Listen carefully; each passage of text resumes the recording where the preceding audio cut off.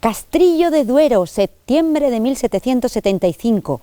Nace Juan Martín Díez, el empecinado, el terror de los franceses en la guerra del Rosellón y en la guerra de la independencia española.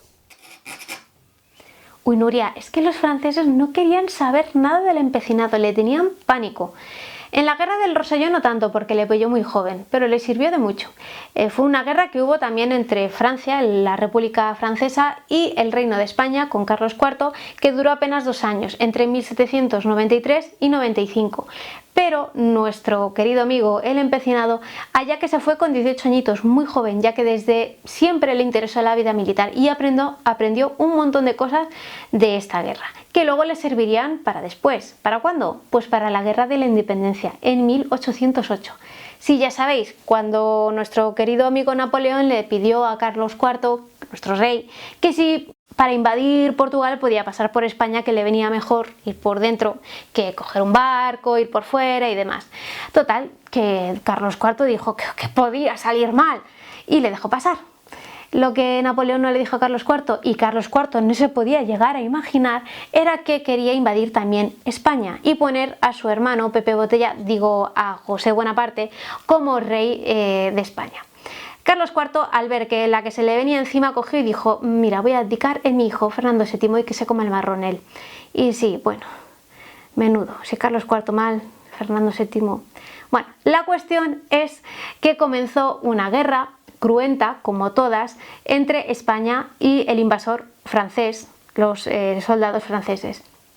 Pero hubo una novedad y era la guerra de guerrillas. ¿Y esto qué es lo que es? Pues una táctica nueva, porque el que se levantó en contra de los invasores franceses, más que el ejército español, fue el pueblo español. Los civiles fueron los que atacaban de manera totalmente sorpresiva, por sorpresa, rápido, y también desaparecían también muy rápidamente al ejército francés, que les pillaba en gallumbos y no se enteraban de nada.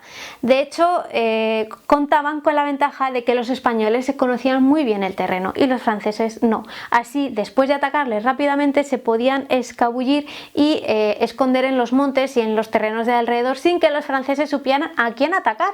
Estaban totalmente desprotegidos. Este tipo de guerra de guerrillas, fue muy importante para que los españoles ganaran la guerra de la independencia, y el empecinado fue fundamental para este tipo de táctica y esta guerra de guerrillas. Así que si no es por el empecinado, igual todavía seguimos siendo franceses. ¿Que por qué se hizo guerrillero? Un terrible suceso cambió su vida. Así es, Nuria, aunque no le ocurrió a él, sino a una muchacha de Fuentecén, que era donde él estaba viviendo en aquel momento, que fue violada por un soldado francés. Ante esto, el empecinado decidió levantarse en armas contra el invasor francés, no sin antes tomarse la justicia por su mano y matar al soldado, claro. Uno de sus datos más íntimos, su mujer, de aquí, de Fuentecén, en Burgos, a pocos kilómetros de Castrillo de Duero, Catalina de la Fuente. Apenas 16 kilómetros separan los pueblos de cada uno de ellos, Castrillo de Duero de Juan y Fuentecén, el de Catalina. Allí es donde decidieron establecerse, en Fuentecén, cuando se casaron en 1796 y se establecieron como labriegos, aunque bueno, como labriego pues ya sabéis que Juan duró poco. Hijos no tuvieron en común, aunque por un lado se piensa que Juan tuvo unos cuantos. A los que hoy llamamos descendientes de Juan Martín el Empecinado lo son por parte de su hermano Manuel Martín Díez. Y que sepáis que a día de hoy pueden utilizar todavía legalmente el apodo de El Empecinado, un regalo que le hizo Fernando VII a El Empecinado y todos sus descendientes.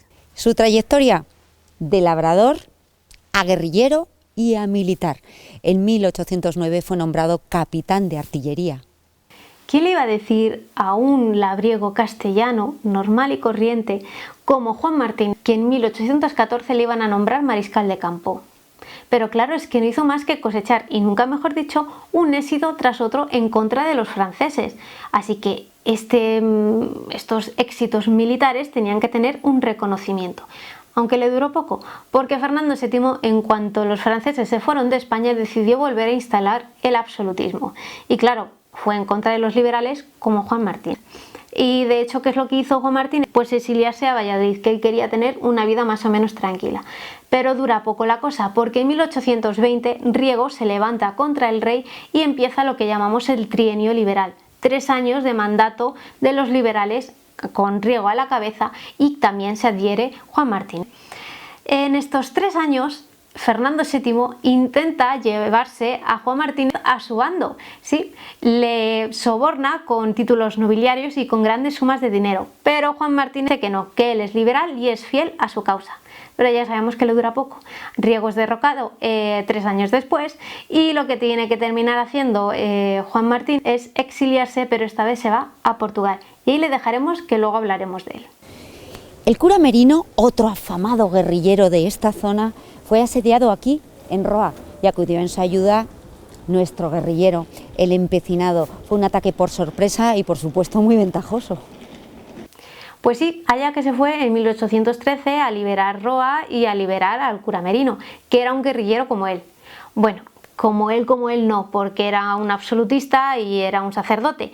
Pero bueno, en aquel momento tenían una causa común, que era luchar contra los franceses. Así que con un ataque sorpresa consiguió liberar el pueblo y al cura.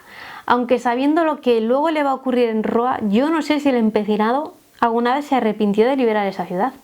Con 49 años, en 1825, murió ahorcado en Roa, por orden del rey absolutista Fernando VII. Sí, murió ahorcado, sí, pero peleando.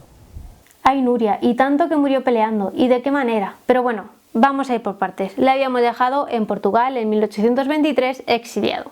Bueno, pues un poco después, Fernando VII crea una amnistía a favor de los liberales y él pide poder volver a España, cosa que le es concedido. Pero Fernando VII nunca va a olvidar la inquina personal que le tiene al empecinado y manda apresarle en Olmos de Peñafiel a mitad de camino, con la excusa de que tenía el visado que era falso.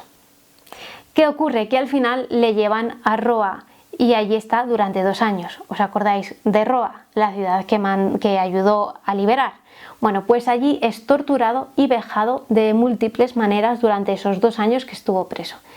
¿Pero cuál fue la última vejación de todas? Pues que la orden de su muerte fue la horca y no el fusilamiento como corresponde a un militar. Y eso le sentó al empecinado fatal. La cuestión es que no quería morir en la horca porque era una deshonra total. Así que cuando fue yendo hacia los pies del cadalso a subir las escaleras, pues de un solo golpe, fijaos la fuerza que tendría, rompió las cadenas, las esposas que tenía en las manos, e intentó coger una espada a uno de los soldados que estaba a su lado. Bueno, se debió de liar una por ahí, porque claro, ya sabéis que todo este tipo de ahorcamientos y demás, la gente iba a verlo a las plazas de los pueblos. La cuestión es que el empecinado se fue corriendo hacia la colegiata. No sabemos si quería acogerse a sagrado dentro de la colegiata o simplemente que quería que le fusilaran, o sea, que los soldados le dispararan y no morir en la horca. La cuestión es que al final le terminan apresando y le terminan ahorcando. Pero debió de ser con tanta violencia el ahorcamiento que una de sus alpargatas salió disparada hacia detrás de la gente que le estaba viendo unos 200 pies detrás. Vamos, todo un espectáculo. Los vecinos de Castrillo de Duero, en Valladolid, recrean su boda, y los vecinos de Roa de Duero, los raudenses, recrean su muerte. Así que bien merece una visita tanto Roa como Castrillo como Fuenteceno, toda la ribera del Duero, para conocer más la historia del empecinado. Pues claro que sí, Nuria, y también merece su reconocimiento el empecinado, un hombre valiente, fiel a sus ideas y con una inteligencia en la guerra que gracias a él no somos franceses. Vamos, igualito que su amigo Fernando VII. Igualito.